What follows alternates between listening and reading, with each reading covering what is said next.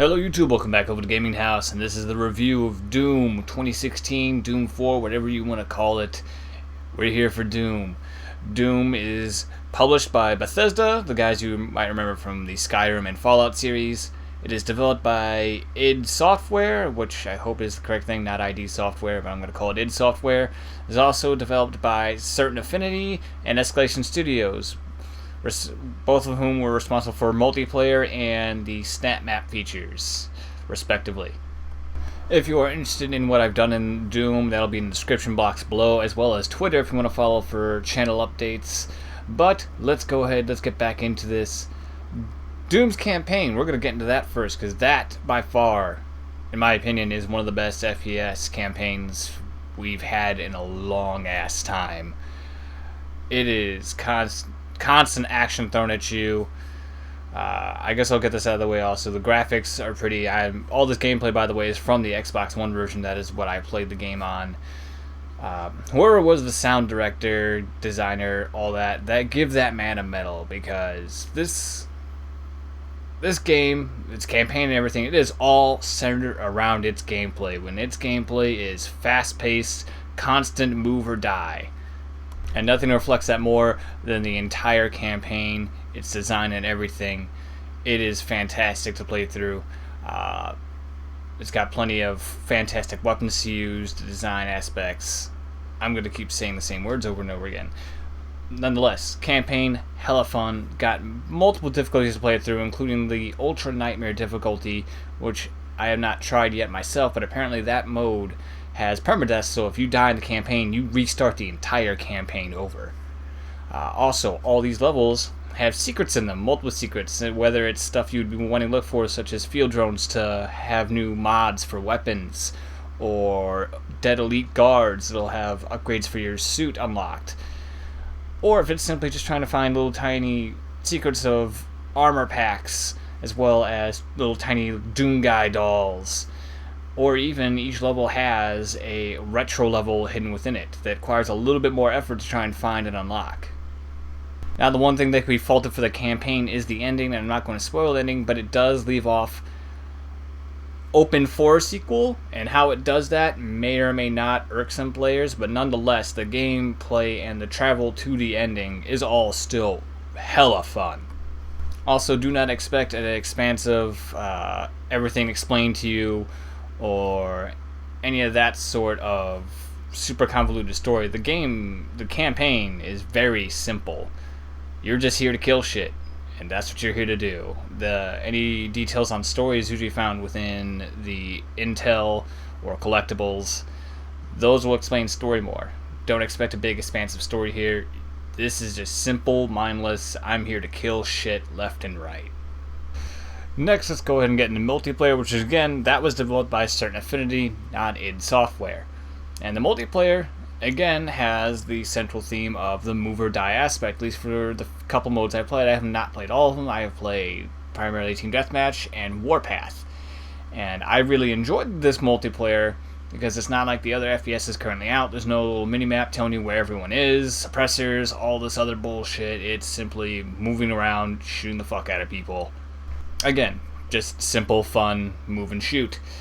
It's also got other aspects such as taunts. It has player customization, gun customization only for like paints and other things. That's one of the downsides, I'd say, of the multiplayer, is these mods that were in the campaign are not in the multiplayer. There's no option to swap them out for other things, so they always just have what they have, such as the heavy assault rifle only has the scope.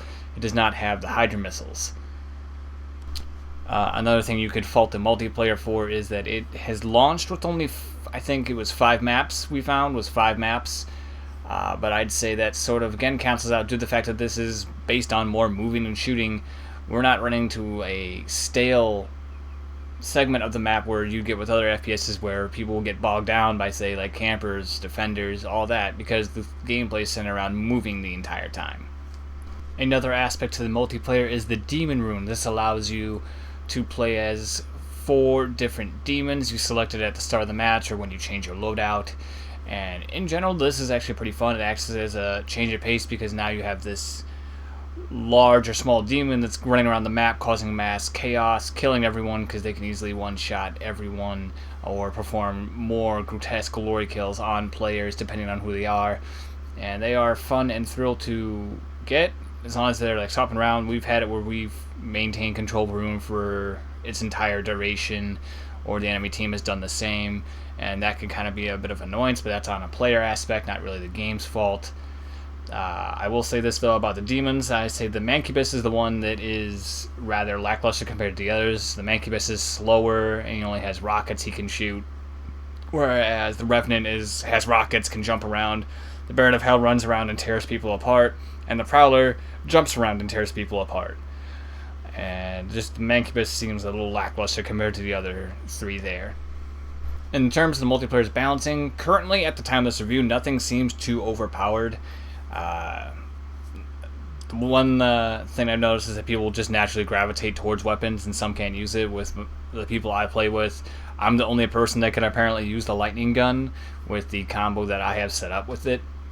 And others can use other weapons I can't really use. Like, I've seen people go on tangents with the chain gun. I tried using the chain gun. I can't use the damn chain gun. But nothing weapon-wise seems too overpowered. Nothing demon-wise seems too overpowered. I will say a fault with the multiplayer, though, is a bit of a kind of a netcode or lag thing going on.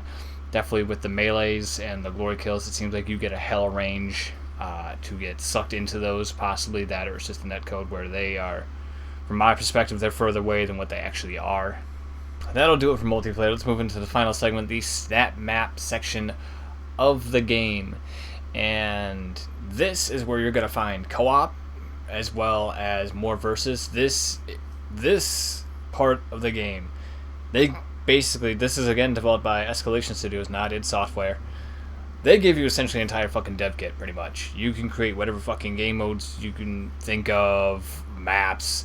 Unfortunately, when designing the maps, they only give you the UAC, or kind of the future human levels to pick from. There's no hell levels at this time currently that they have for selection, which kind of sucks, because I wanted to develop some kick-ass hell levels to go to and fight demons in, but now I can't. But again, this is where you're going to find all those maps and everything, the entire dev kit. It's fucking crazy. So if you're a person who likes the design levels and all that, and should borderline be working for a developer on level design, this is where you're going to have a blast. People that have dabbled in this are going to have a blast. Those that don't, they have some tutorials. They're kind of helpful a little bit. You kind of have to play around with that for like literally a few hours to understand stuff.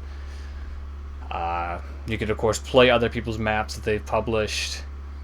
That's going to be a mix of, some really good maps and then some really bad ones, considering on that. I know when I was playing with my group, my brother, who was Soggy Biscuit 69, he downvotes a map if they don't have kick-ass music playing during the whole fighting.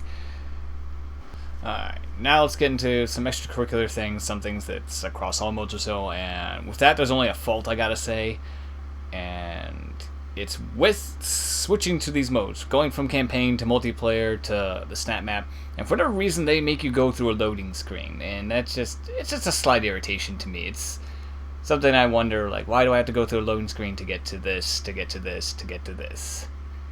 That's a minor thing. Or a major thing, depending on how irritated you get by multiplayer loading screens. Let's go ahead, though, and get into the score of this game, something I'm finally happy to get to. And with if you don't know my scoring, I score in a 10-point scale, but I can also go into half points. Half points mean it just wasn't high enough to get to the next level, but it could easily get there if it had just a little bit more extra in it. And of course, with mine also, 5 is the middle ground, 0 is the worst, and 10 is the best. And I'd say I give Doom a 9 out of 10. This is a game that you probably don't want to pass on or you want to pick up soon, because this is a great FPS. If you're into FPSs, this is a great FPS. It's got great gameplay, design, sound, graphics, all kinds of just fun shit. I've been having a blast playing the campaign, single player, and in the SnapMap area. It has been nothing but a blast for me. I've been enjoying it ever since I picked it up, and hopefully you will too. That'll do it for this video. As always, you're welcome to like, comment, subscribe, all that fun YouTube-y stuff. Again, Twitter's down below in the description. And as always, welcome back over to Gaming House for more gameplay and commentary.